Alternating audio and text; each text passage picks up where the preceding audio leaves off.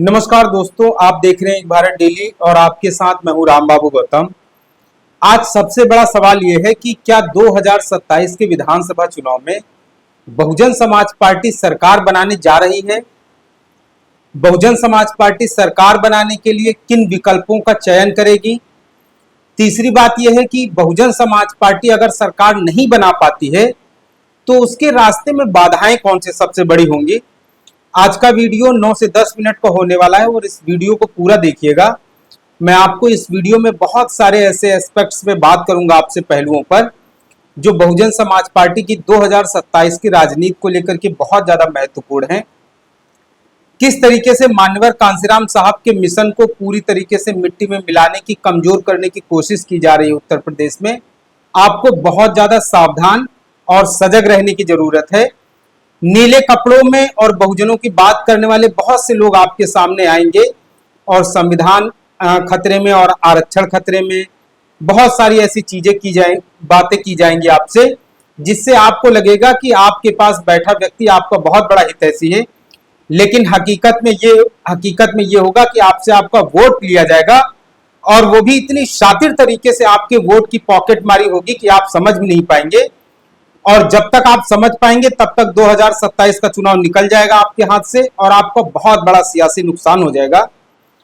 तो आज की इस वीडियो में मैं बात करने वाला हूं, क्या 2027 का जो विधानसभा चुनाव होने जा रहा है, आने वाला है 1 साल के बाद, उसमें बहुजन समाज पार्टी कितनी ज्यादा तैयार है और बहुजन समाज पार्टी इस चुनाव को लेकर के कितनी ज्यादा गंभीर है। बहुजन समाज पार्टी की जमीनी स्तर पर तैयारी क्या है और बहुजन समाज पार्टी इस चुनाव को लेकर के किस तरीके की ग्राउंड लेवल पर स्ट्रेटजी बना रही है।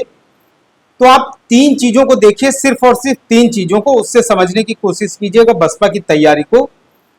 पहली बात यह है कि आकाश जी की सुरक्षा छीनी गई और उनको बहन जी ने चीफ नेशनल कोऑर्डिनेटर बनाया। दूसरी बात यह है कि बहुजन समाज पार्टी के सुप्रीमो बहन जी ने बंगला अपना छोड़ा है और उसके अलावा बहुजन समाज पार्टी बीते 5-6 महीनों से बहुत ज्यादा एक्टिव है।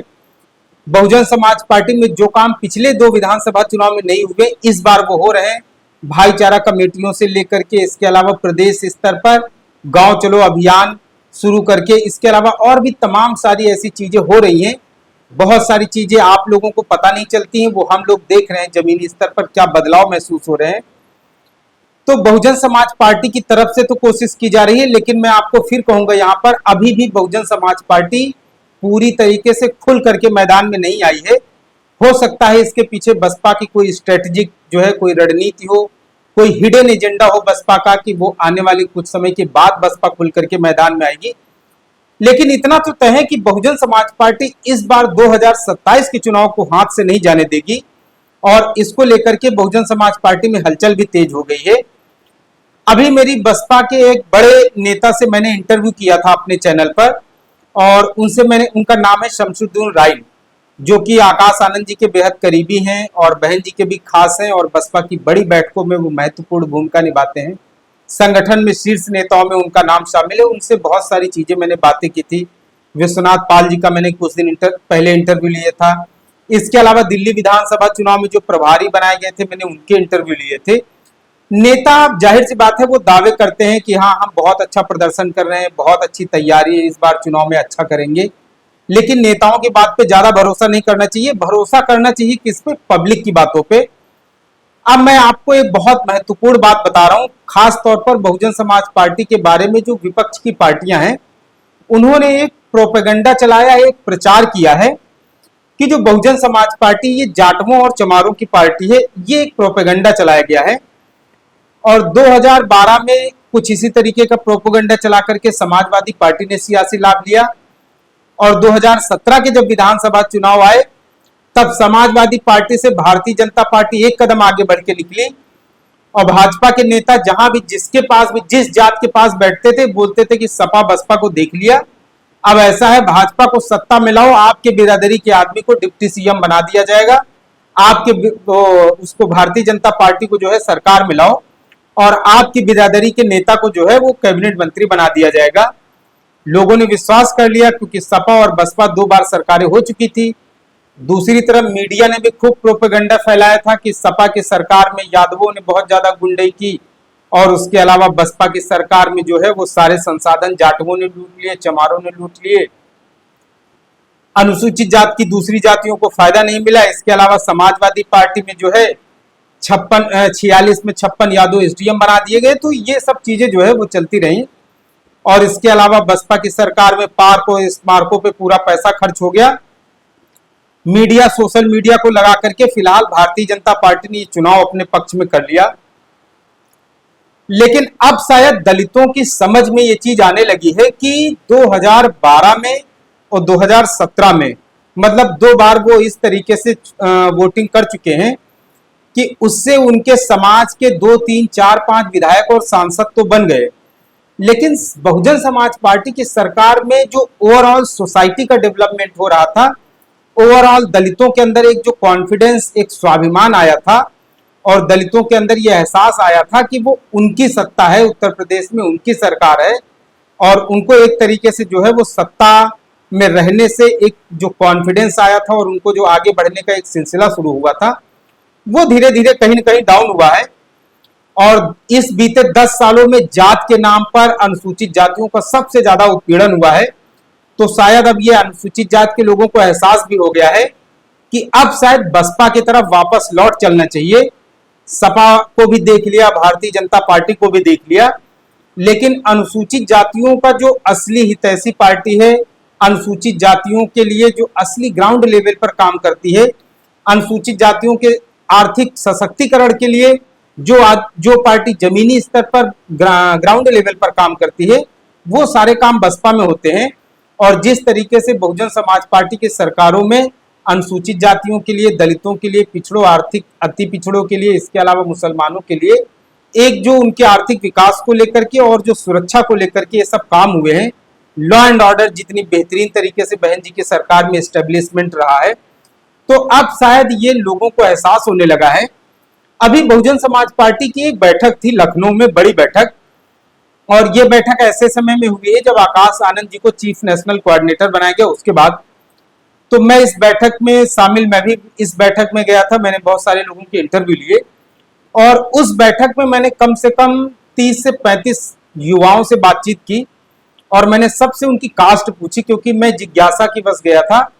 और जो है मैंने सब सारे लोगों से, जिन लोगों के इंटरव्यू लिए, बहुत सारे लोगों से मैंने पूछा कि बहुजन समाज पार्टी के बारे में ऐसी ऐसी चीजें कही जाती हैं। तो मैंने बहुत सारे लोगों से बात की, तो उसमें बहुत सारे लोग पासी थे, सोनकर थे, धोबी थे, धानुक थे, अलग अलग जातियों के लोग थे। तो मैंने उनसे जब बात की तो उन्होंने बोला कि समाजवादी पार्टी को 5 साल देख लिया, भारतीय जनता पार्टी को 10 साल देख लिया और अब जो है बहुजन समाज पार्टी में सब लोग वापस आ रहे हैं और बहुजन समाज पार्टी से ही आखिरी उम्मीदें बची हुई हैं। अब लोगों को ये चीज का एहसास हो गया है कि बसपा की ही सरकार में दलितों का वास्तविक और जो है उनका जो वास्तविक विकास है वो बसपा की सरकार में ही संभव है।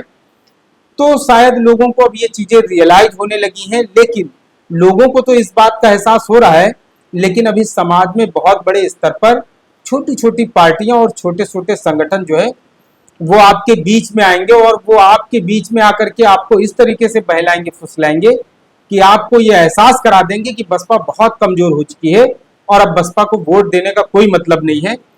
आपके बीच में नीले वस्त्रों में, नीले प्रतीकों में, नीले कपड़ों में, नीले झंडे बैनर लेकर के अलग अलग तरीके के बहुत सारे लोग आएंगे और वो आपसे सबसे पहली बात यही कहेंगे कि देखो भाई, बसपा तो बहुत कमजोर हो गई, बहन जी सड़कों पर निकल नहीं रही है और बहुजन समाज पार्टी जो है मिशन से भटक गई है। बहुजन समाज पार्टी में जो है वोट देने का मतलब है कि अपना वोट खराब करना। तो इस तरीके की बातें जो है आपको बरगलाने की कोशिश की जाएंगी और इन सब के अलावा छोटी छोटी पार्टियां और छोटे छोटे संगठन भी बनाए गए हैं। बहुत सारे संगठनों को इस समय फंडिंग की जा रही है ताकि 2027 के पहले बहुजन समाज पार्टी के वोटर को और किस तरीके से ज्यादा वहां से शिफ्ट कराया जा सके। तो इन सब चीजों को लेकर के बहुत बड़े स्तर पर काम हो रहा है और दलित जो कौम होती है बहुत भोली भाली होती है, ये भटकने वाली होती है। और भटकते भी कौन है? ऐसा नहीं है कि पढ़े लिखे लोग नहीं भटकते हैं। दलितों में सबसे ज्यादा भटकाव जो है वो बुद्धिजीवियों में देखा जाता है।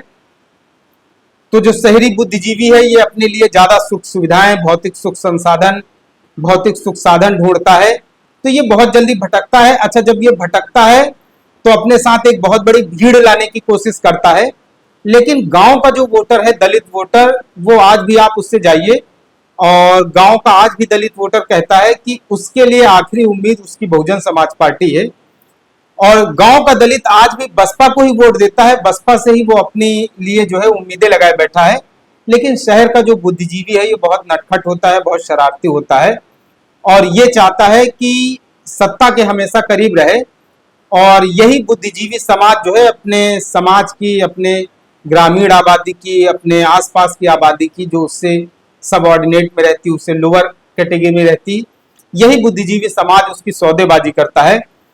लेकिन मान्यवर कांसीराम साहब ने एक बात बहुत महत्वपूर्ण कही थी कि जो विरोधी पार्टियां हैं ये आपको पद तो दे देंगी, मतलब आपको पोस्ट तो दे देंगी, लेकिन आपको ये पावर कभी नहीं देंगी। विरोधी पार्टियां आपको कभी जो है सत्ता के केंद्र में नहीं लाएंगी। आपको जो सत्ता का केंद्र होता है उसके परिधि में तो रखेंगी ताकि आप बाहर से घेरे में दिखें, लेकिन केंद्र में, सेंटर में जहां से फैसले होते हैं वहां पर आपको कभी नहीं आने दिया जाएगा, वहां कभी आपको भटकने नहीं दिया जाएगा। तो फिलहाल बहुत सारी ऐसी चीजें हैं, मैं एक और वीडियो बनाऊंगा, अभी मैं उस पर रिसर्च कर रहा हूं। मैं उसमें आने वाले समय में बताऊंगा कि उत्तर प्रदेश में कितनी सारी नई पार्टियां बनाई गई हैं, कितने सारे संगठन काम कर रहे हैं, जिनका पहला उद्देश्य होता है कि लोगों के बीच में एक मैसेज, एक जो है मैसेज देना कि संविधान खतरे में है, आरक्षण खतरे में है और इस संविधान और आरक्षण को बचाने का काम सिर्फ वही कर सकते हैं। बहुत बड़े स्तर पर जो है संगठन काम कर रहे हैं। अभी मैं एक संगठन में गया था, हालांकि मैं चुपचाप जहां जाता हूं वहां पर सुनता हूं लोगों को, तो मैं वहां भी मैं सुन रहा था और बहुत बड़े स्तर पर आपको भटकाने का काम किया जाएगा। लेकिन इतना याद रखिएगा कि 2027 का जो विधानसभा चुनाव आने वाला है, इसमें हम जैसे लोग जो अपने आप को पत्रकार कहते हैं वो थोड़े समय के लिए अपने आप को पत्रकार कहना बंद कर दें और इस समय पे बैक टू सोसाइटी का काम करना है। समाज में जो चीजें सही दिशा में जा सकती हैं उनको सामने लाना होगा और इसके अलावा इस समय जो है बहुत सारी ऐसी चीजों पर काम करने की जरूरत है जिससे कि जो भटका हुआ बहुजन समाज है, जो अपने लिए एक कहीं न कहीं अच्छा रास्ता और अपने लिए कहीं न कहीं एक सुनहरा भविष्य दूसरी पार्टियों में तलाश रहा है और उसको ऐसा लगता है कि शायद बसपा कमजोर है, अब उसके आसपास की समकक्ष विचारधारा वाली पार्टियां जो बात कर रही है बहुजनों की, शायद वहां पर उनके लिए कोई अच्छी उम्मीद दिखे। लेकिन आप यकीन मानिए, जब 70 साल तक कांग्रेस आपका वोट लेकर के कुछ भला नहीं कर पाई, भाजपा 15 साल से आपका वोट ले रही, आपका कुछ भला नहीं कर पाई, तो क्या दूसरी नई नवेली पार्टियां आपकी विचारधारा की बात करने वाली क्या आपका भला कर पाएंगी? आपका भला जो भी है वो बहुजन समाज पार्टी में ही होगा। और 4 बार की सरकारों का अगर आप आकलन करेंगे तो आपको पता चलेगा कि आपके बच्चों के लिए आपके जिलों में कितने स्कूल बने हैं, कितने कॉलेज बने हैं, कितने अम्बेडकर छात्रावास बने हैं, आपके समाज के महापुरुषों के लिए कितने सांस्कृतिक केंद्र बने हैं, कितने स्कूल बने, कितने स्मारक बने हैं। इन सब चीजों का आप आकलन जरूर करिएगा। तो बहुत सारी ऐसी चीजें हैं, हालांकि मैं इस पे बहुत तेजी से काम भी कर रहा हूं। मेरी कोशिश होगी कि आने वाले समय में एक बहुत बड़ी वर्कशॉप जो है लखनऊ में आयोजित की जाए और उसमें बहुजन यूथ, खासकर जो वो बहुजन यूथ जो बहुत ज्यादा, जिनका कम्युनिकेशन स्किल्स बहुत अच्छी है, जिनके जरिए हम अपनी बातों को ज्यादा से ज्यादा लोगों तक पहुंचा सकते हैं। हालांकि मुझ जैसे लोग आर्थिक संसाधनों से जूझते रहते हैं, लेकिन समस्याएं सबके सामने आती रहती हैं, लेकिन इन समस्याओं से लड़ करके, इन बाधाओं को पार करके, इन्हें दूर करके आने वाले समय में कुछ बेहतरीन विकल्प, कुछ बेहतरीन रास्ते बनाए जाएंगे। और मुझे पूरा विश्वास है इस बार बहुजन समाज पार्टी उत्तर प्रदेश में सत्ता पर काबिज होने के लिए बहुत मजबूती से, बहुत स्ट्रेटजी के साथ जो है उत्तर प्रदेश के चुनाव में आ रही है। आप लोग धैर्य बनाए रखें और इस बार बहुजन समाज पार्टी बहुजन समाज के लोगों पर, बहुजन विचारधारा के लोगों पर, उनकी उम्मीदों पर खरा उतरने वाली है। और इस बार बहन जी उत्तर प्रदेश में सत्ता पर काबिज होने के लिए बहुत बेहतरीन खाका तैयार कर रही हैं। बीते समय में उन्होंने जिस तरीके के फैसले लिए हैं, ये सब चीजें इशारा कर रही हैं कि बहुजन समाज पार्टी उत्तर प्रदेश में सत्ता में शामिल होने के लिए, सत्ता में हिस्सेदारी के लिए जो है वो बहुत बेहतरीन रास्ते, बहुत बेहतरीन विकल्पों पर काम कर रही है। देखना है आने वाले समय में आगे क्या क्या डेवलपमेंट्स होते हैं, आपको जरूर जानकारी दी जाएगी। फिलहाल आज की इस स्टोरी में इतना ही। आपको ये स्टोरी, ये वीडियो एनालिसिस कैसी लगी है कमेंट करके जरूर बताएं। अगर आप एक भारत डेली चैनल को पहली बार देख रहे हैं तो आपसे गुजारिश है इसे सब्सक्राइब जरूर करें। अगर आप चैनल को सब्सक्राइब करते हैं तो इससे हमारी ताकत बढ़ती है। अगर ये स्टोरी आपको अच्छी लगी, आपको लगता है कि ये सूचना दूसरे लोगों तक शेयर करनी चाहिए, तो इस वीडियो को जरूर शेयर करें। आपसे गुजारिश है, चैनल को ज़्यादा से ज़्यादा लोगों तक पहुंचाने के लिए जो ग्रुप्स बने हैं उस पर जरूर शेयर करें। धन्यवाद।